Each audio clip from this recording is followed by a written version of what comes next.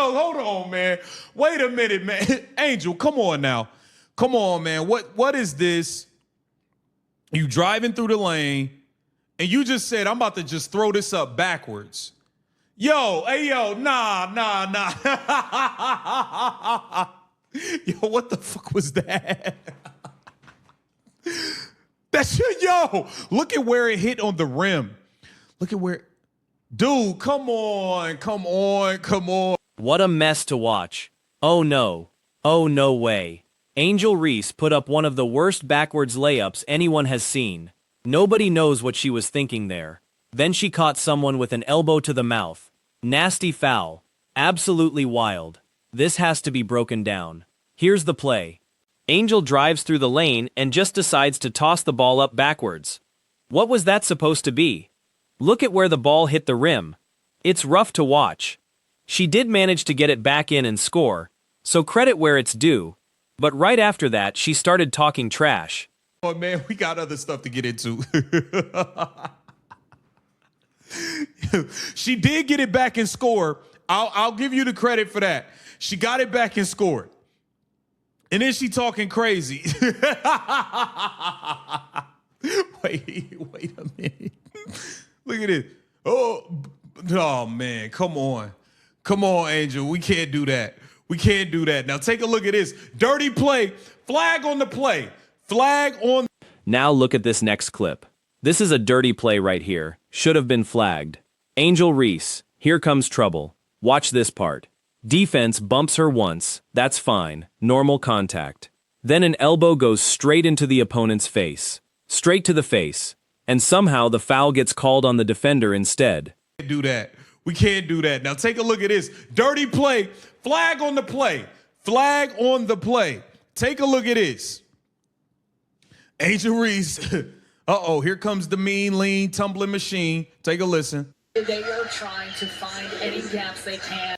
Okay, here comes Angel Reese. We're going to bump her once. Okay, cool. Elbow right in the face. Good. Elbow straight to the face.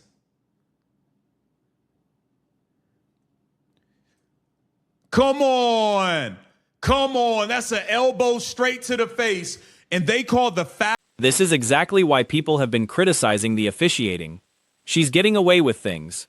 Then she starts taunting after the play. She threw an elbow that busted up the other player's mouth and nose, and then she's out here celebrating. Look at Chelsea Gray's reaction. She can't believe the call went against her team.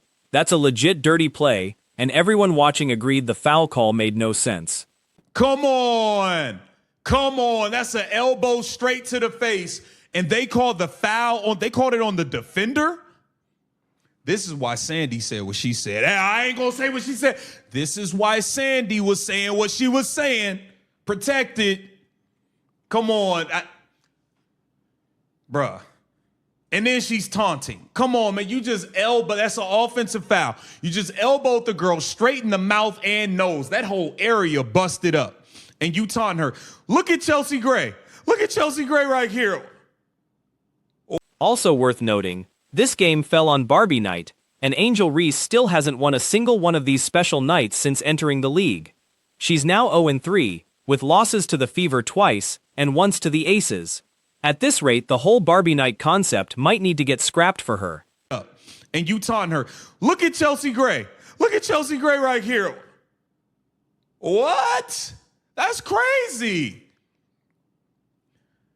Look at this. And she just taunting away. Look at Chelsea Gray like there ain't no way. There's no way y'all called that a foul on us. This girl elbowed her straight in the mouth. Dirty play. Come on, man. That's a dirty play. Look at Chelsea like, bro, I cannot believe they called that on us. I cannot believe that. I can't believe that. Now, it was Barbie night, and here it says, to be fair, outside those two bad moments, she actually had a solid game overall. 23 points, 16 rebounds, shooting 10 for 19 from the field. But somehow double-doubles like this never get the same respect. Meanwhile, Caitlin Clark racks up stat lines like 19 and 10 and barely gets credit either. Apparently it doesn't matter what these players put up statistically, some fans just refuse to acknowledge it. Her team lost by 22 points on what was supposed to be a signature night for her. That's the reality of the situation. I cannot believe that. I can't believe that. Now, it was Barbie night, and here it says Angel Reese has yet to win on her Barbie night since being in the WNBA. 0-3. Lost to the Fever, lost to the Fever, lost to the Aces. Angel Reese is 0-3 on Barbie night. They might need to cancel the entire event. But I will say this. Outside of those couple plays, Angel Reese, you played pretty well. Angel Reese played well. 23 points, 16 rebounds on 10 of 19 shooting. But hey, double-doubles apparently ain't good. Nope, we not credited. A reporter then asked the team about their second-half defense and how they'd grade themselves heading into the middle of the season. One player responded that consistency is the main issue, saying their group normally leads the league in steals, but didn't get many deflections or contested balls this particular night, so the focus now is staying steady defensively through this rough patch of the schedule. On 10 of 19 shooting. But hey, double-doubles apparently ain't good. Nope, we not crediting her. And Caitlin Clark don't get no credits for no 19 and 10 triple-doubles. Nope, double-doubles, nope. Nope. Y'all got smacked by 22 on Barbie night. Y'all got smacked by 22 on Barbie night. It is what it is. Nope. Not entertaining it at all.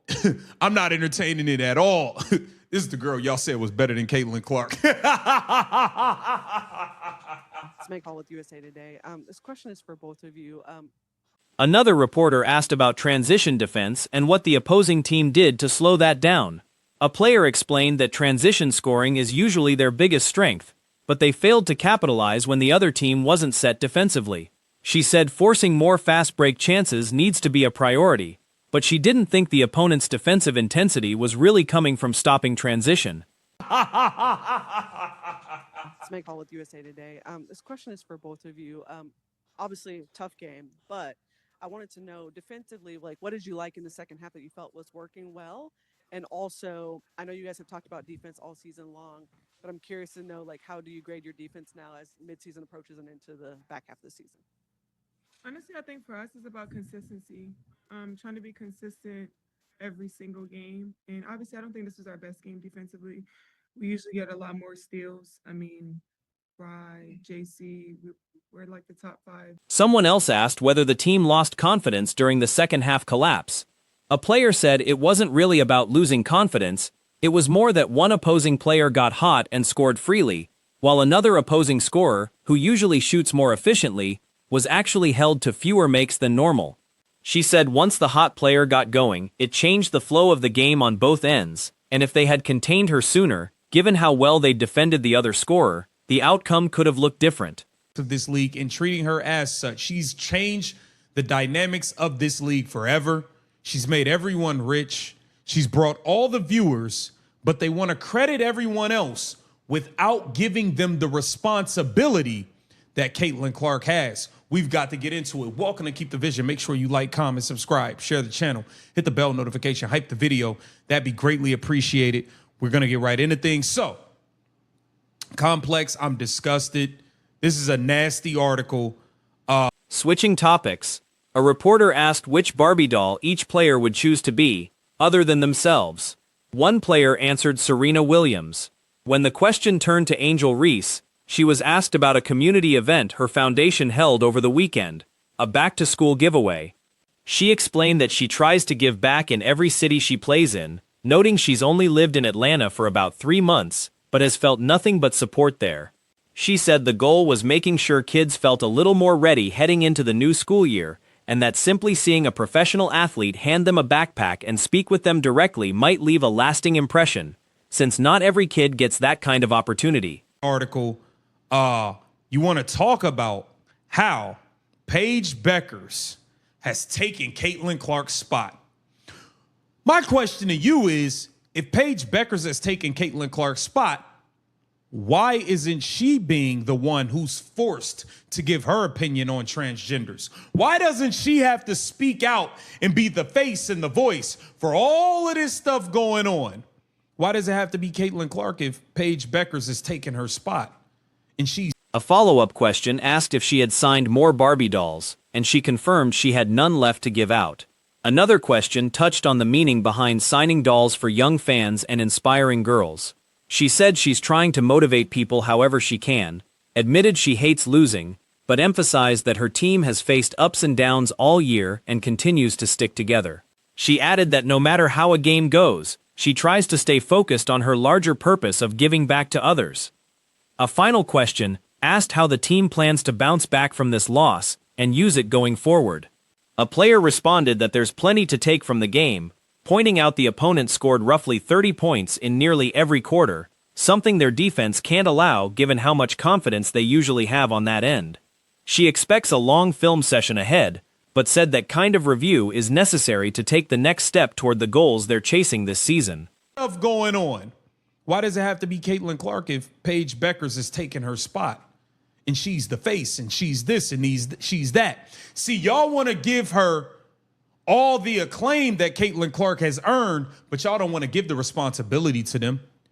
Wasn't it Paige Beckers who was just caught gambling on camera on games? Isn't it Paige Beckers that just got caught betting on games? But she's taking Caitlin Clark's spot. Imagine if Caitlin Clark was caught betting on games. This is a preview. This is a preview. This is a preview. This is a preview. This is a preview. This is a preview. This is a preview. This is a preview. This is a preview. It's absurd. The narrative never stops. It has gone too far. Pieces and think pieces keep popping up, claiming Paige Beckers has replaced Caitlin Clark as the top name in the sport. Every rising star gets used this way, until the next one shows up. First it was Angel Reese. Once people saw she couldn't really match Clark's level, the spotlight moved to Paige Beckers. After her, it'll shift to Olivia Miles, and eventually to Juju Watkins, whoever the league decides is next in line to knock Clark off her perch. That won't actually happen. Games.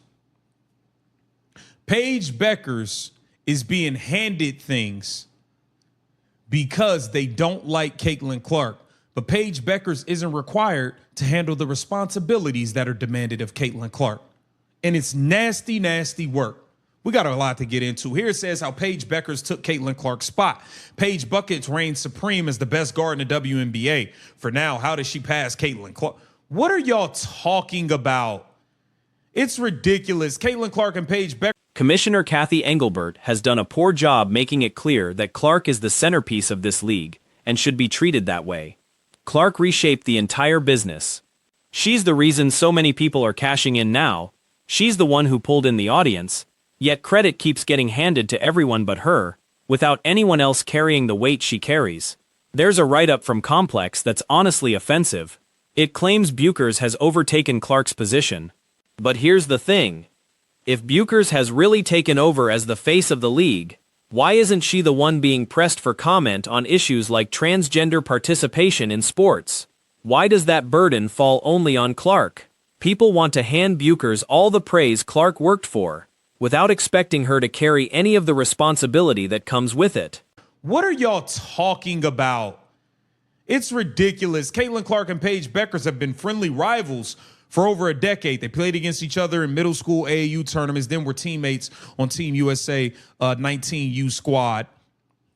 Okay. And it talks about how she's passed her up in scoring. She's passed her up in playmaking. Who believes Paige Beckers is a better playmaker than Caitlin Clark? While Paige Beckers leaves her mark primarily as a deadly three-level scorer, she also stands as... Wasn't Beckers recently caught on camera placing bets during games?